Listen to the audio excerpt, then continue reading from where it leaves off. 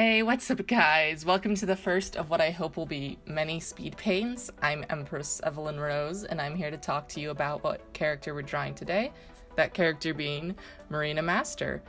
The reason I decided to do this was not only because, well, I have all these characters and they're all just in reference sheets, but also because there's a lot of complaints about the stiff posing, and quite frankly, I agree with them. So rather than being breaking the trend and making all reference sheets different now, I wanted to do very dynamic character poses.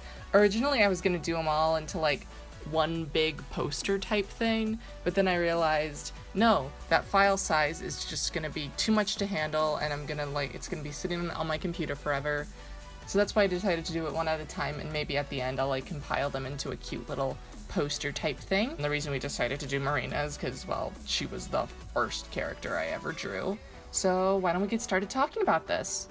The pose, as you might be able to tell, was heavily inspired by Greek statues, specifically that of Aphrodite.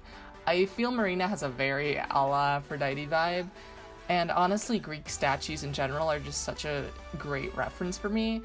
However, one of the big issues is that with Greek statues, there's the trend, Greek and Roman, is that they usually reflect on some level the perfect human being.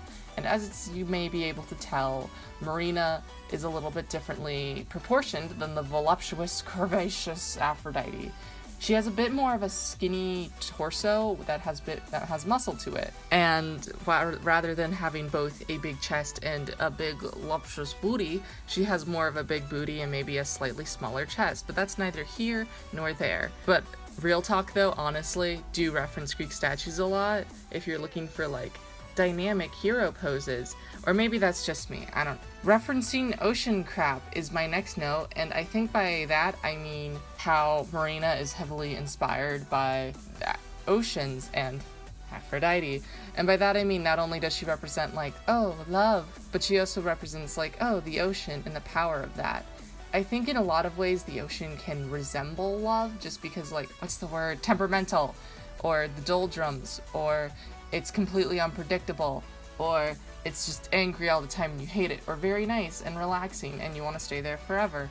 So that's really why I decided to culminate these two things in this one character. Her life and backstory, I've gone on and on about well, I don't want to get into spoiler territory for when I actually release it, because then you guys are just gonna know everything.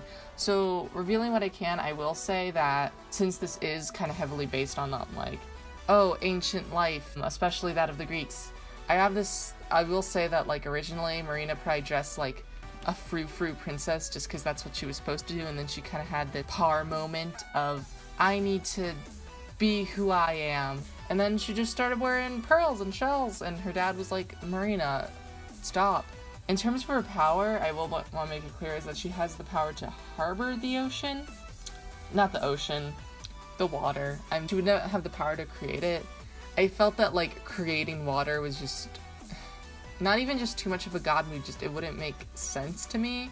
Get it, create fire, even create fauna on some level, but creating water was just a little too much.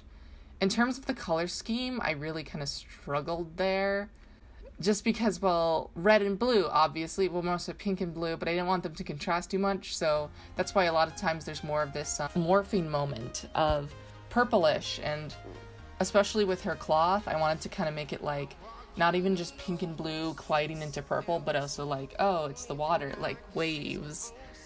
Subtle implication. You can obviously see there's a lot of pink later in the video. I'll overlay all her clothes with more of a pinkish tone to them. Ironically enough, with all this pink, I wouldn't necessarily say she's a typical girly girl. That's not to say she's not feminine, but because she is, but I feel when a lot of people think girly girl, they're thinking a very constricted idea of, oh, she must be very dainty and delicate and not being able to handle things. And on the topic, I feel Marina's very empowering on some level, because she does kind of represent this holy, oh, I'm very feminine and I can embrace that, but I can also embrace the fact that I'm a badass lady and I get things done and I take people down. And I just love that about her so much. I wasn't sure whether or not to reveal the heart on her chest because her hand's kind of covering it. I might go back in and change that, but I'm feeling like right now, not personally like moved to be like, oh wow, we should see it. But if I get complaints about it, I definitely will. And on a similar level, I think that she chooses to dress the way she does, and how I mentioned earlier of how she kind of has this power moment of, this isn't me, this is me, is very empowering. And that's not to say that when I see like a well-dressed girl, but you know, fully covered, I'm like, oh, you clearly don't embrace your sexuality or your womanhood and you should be shamed for that. I think you should be able to dress however you want. I just think that also how Marina does it is very empowering to me personally.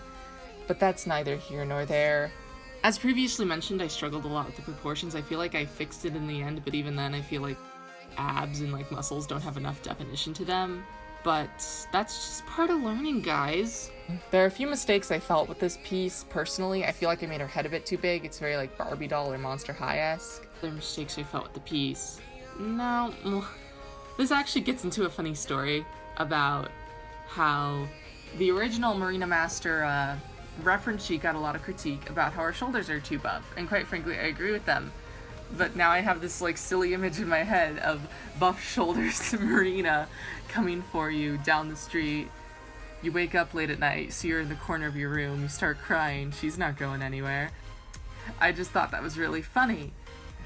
Marina in general is supposed to be kind of this like consoling figure of motherhood and, oh, I love you no matter what and I'll support you through that. I think a lot of that stems from she made a lot of mistakes in her youth, and that's why she's kind of always plagued by this, oh, what if I didn't do this, what if I didn't do that, and she never kind of has this moment of, I'm talking the way literally people talk to me. Time, I think she's also kind of, because she's supposed to be the consoling figure, she can be a little bit morally or ethically ambiguous, because while she wants to support everyone to the best of her extent, at the same time, to what point is too much and she has to cut that person off.